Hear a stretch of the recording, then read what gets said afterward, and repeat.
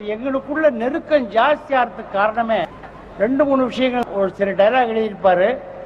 எழுதியிருக்கும் போது நான் கொஞ்சம் குறுக்க போடுவேன். இது வரைக்கும் கேட்கவே இல்லையா? பக்தியின் வடிவம் சந்நியாசம், புண்ணியவான்கள் சகவாசம், அதுவே சந்தோஷம். சக்தியின் வடிவம் சம்சாரம், அவளே அன்பின் அவதாரம், வேண்டாம் வெளிவேஷம். காசிநாதனே என் தெய்வம், கட்டிய மனைவி குலதெய்வம். காசிநாதனே என் தெய்வம், கட்டிய மனைவி குலதெய்வம்.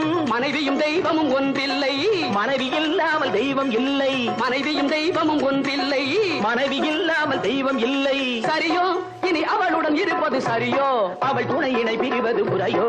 பகைதான் வளரும், பகையே அன்பாய் மலரும். பிரிந்தவர் இணைந்திடப்படுமோ, கலந்தவர் பிரிந்திட தகுமோ? இல்லறம் இல்லறவே காசிக்கு போகும் சன்னியாசி